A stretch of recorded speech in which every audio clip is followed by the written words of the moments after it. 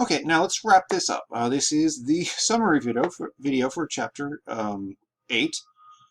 You can use vSphere to implement. You'll use vSphere host, ESXi host, to implement your virtual data center. You'll use vCenter Server to manage all of those resources, including the hosts. Um, you can actually deploy a vCenter Server appliance onto one of those ESXi hosts and then proceed to build yourself a data center and manage the host that the vCenter Server is running on inside vCenter.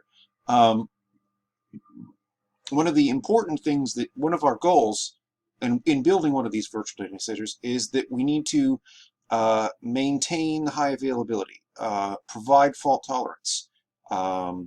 If some hardware fails on you, you need to be able to move those resources to another machine, whether it's storage resources or compute resources. Now, you can build small virtual data centers with just vSphere. Many of the more powerful capabilities of the VMware ecosystem only become available with vCenter Server and the Enterprise Plus licensing. So free is functional. Enterprise is gets you the whole enchilada, shall we say.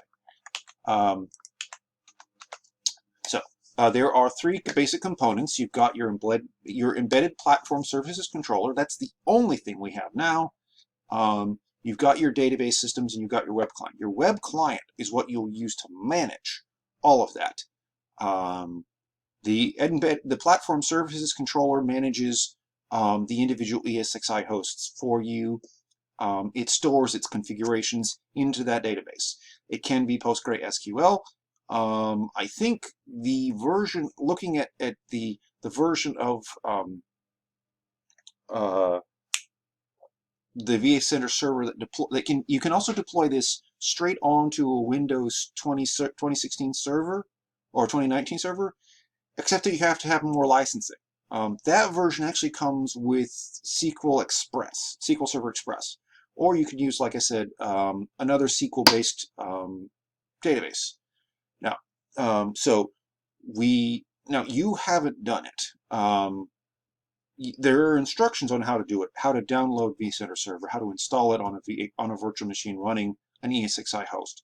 This doesn't work very well if you're spinning up vCenter Server inside an existing host. You basically have to build it as a VM and kind of deploy it to one of your hosts. Don't worry if you haven't done that. As I said this morning, it is much less likely that you'll do this than that you'll spin up ESXi hosts. You can also use the web client to create a distributed switch. You can use that to connect to multiple hosts. You can use that to set up iSCSI shared storage. One of the virtues of the distributed switch is you create the switch in the vCenter and you push it to multiple clients. And then if you move a VM around, it has the same network configuration everywhere you want to go. The alternative is just like, say the alternative to, say, vMotion is to do cold manual migrations, which you can do with or without vCenter Server. The other option is to build the same local switch on multiple ESXi hosts. As with most of our manual configuration things, if it's a very small system, that doesn't present a scalability problem. On a much larger system, suddenly making all those changes manually on multiple freestanding ESXi hosts becomes quite a challenge. So we, of course, use these VMs to provide applications and resources to our end users, or resources to our applications, however we want to shake that down.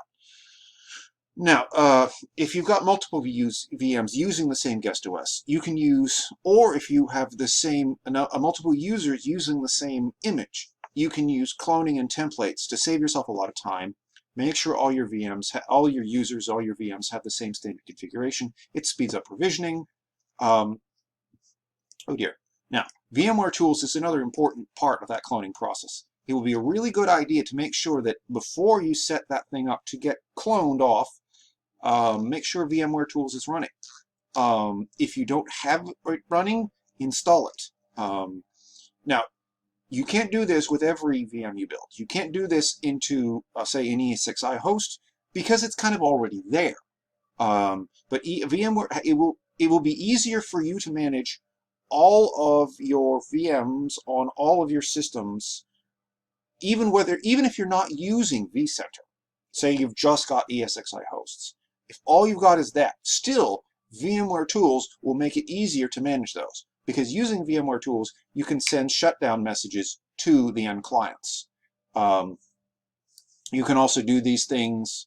Okay, and VMware Tools, it is an important part of the process, but what it really means here, I think what it should say here, instead of VMware Tools, an OS, a customization specification, so that you can provide a computer name, a license, network settings, static, dynamic, etc., like the guest OS profile in System Center.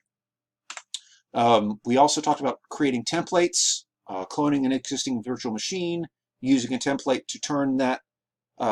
So you clone a VM to a template, and then you can take that template and turn it back into a VM.